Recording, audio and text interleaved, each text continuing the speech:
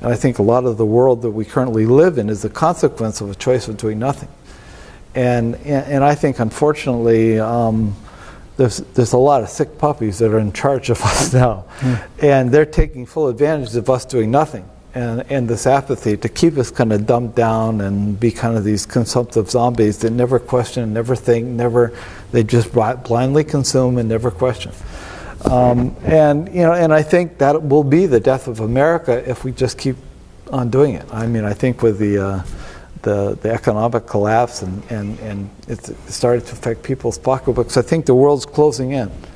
I don't think you can just kind of go off and pretend nothing's happening anymore. Well, I remember when I was a kid, around 12 years old, when John F. Kennedy was killed and he died.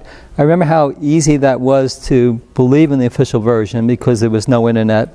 There was I was 12 years old and I was a little bit naive.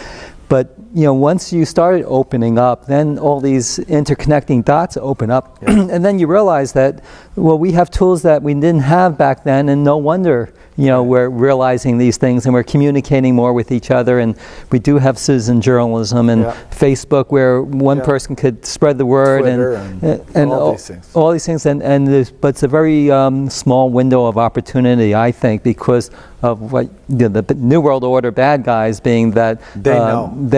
They're concerned and they have plans and 9/11.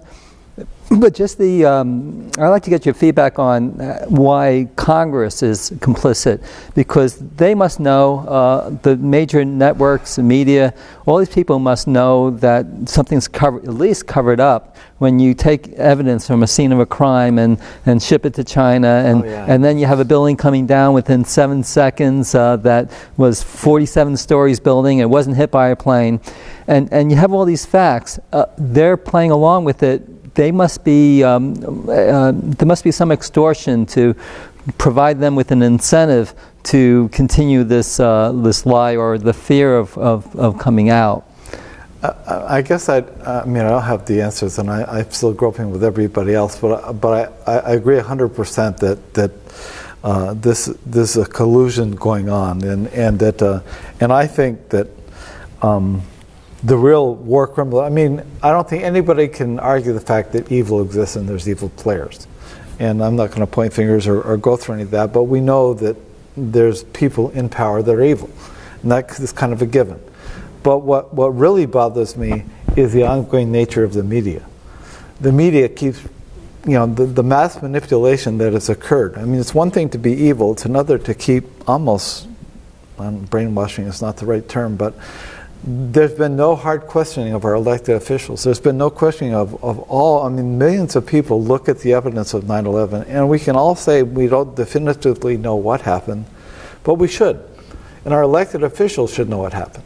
And the world changed after that day, and a path of destruction continues to this day between Iraq and Afghanistan and thousands of people dying. You can go on and on and on about all the stuff, the fact that all our civil liberties and our freedoms have been destroyed, the Constitution has been dissected. The path of destruction that continues to this day from the events and the war on terror that happened are unbelievable, and they're not deniable. Anybody who is not blind, deaf, and dumb can comprehend it. So why aren't our elected officials saying, let's investigate this again? There's lots of questions. You go on YouTube and you key in 9/11 questions, I think it had 6 million hits. This is huge stuff. So there's no way you can keep a lid on it without having media be part of it. And I think to some degree, I would like to take the editors of every major thing and put their faces on milk cartons. And because I think in many respects the real war criminals are the ones that are allowing this deception to continue. Well, former CIA director, I think John Colby, had a famous quote of saying that we own everyone of significance in the media. So there might be an honest reporter here and there, but their stuff won't get reported. They get promoted if they lie, and they get fired if they come forward with the truth or ignored. And but that's so they must be compliant. But then the reason why I am so alarmed and why I won't let go of this building of consciousness is that it appears that there's going to be a weaning down of our population, with some people having some protection, being in some bunker, being, and I think Congress have tickets to have this type of future, and they are conned into that type of misrepresentation of the truth by believing that it's already too late, they're going to do what they're going to do.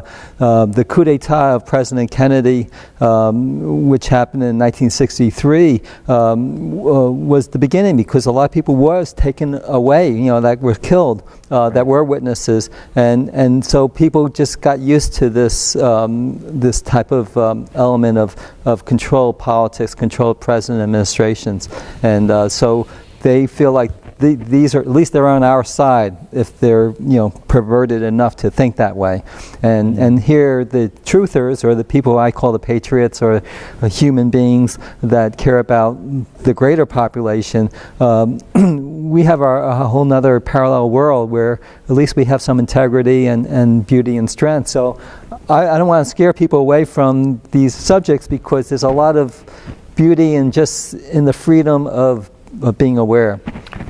Well, I think as far as personal philosophy, I mean, I guess I have two responses to that. One is, and we spoke about this earlier, I think there's two groups of people out there. There's one group of 9/11 truthers, if you will, the scholars and the people.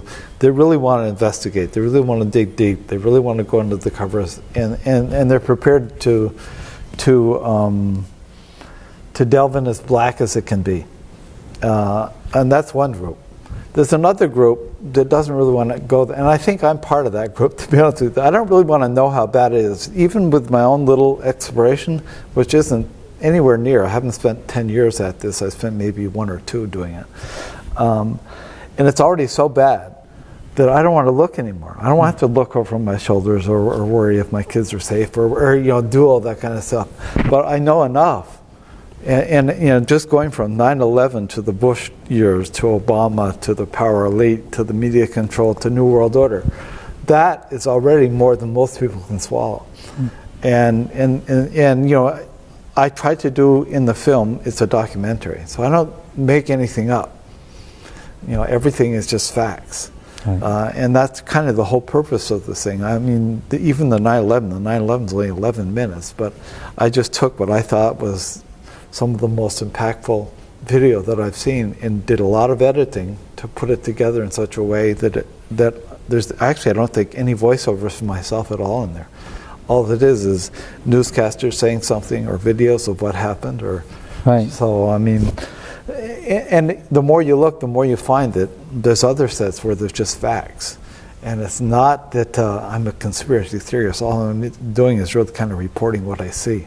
Now, I may have assembled it, but I think you'll find that anybody would have made some of the same assumptions that I did. But for the most part, it's really nothing more than just facts. Like Edward Bernays, when I got into the whole media thing, I mean, he existed. He was Freud's nephew. He wrote a book called Propaganda. He was hired by United Fruit to actually instigate, a whole campaign, and he was very successful. And he said how easy it was to manipulate the masses. I mean, these aren't fictional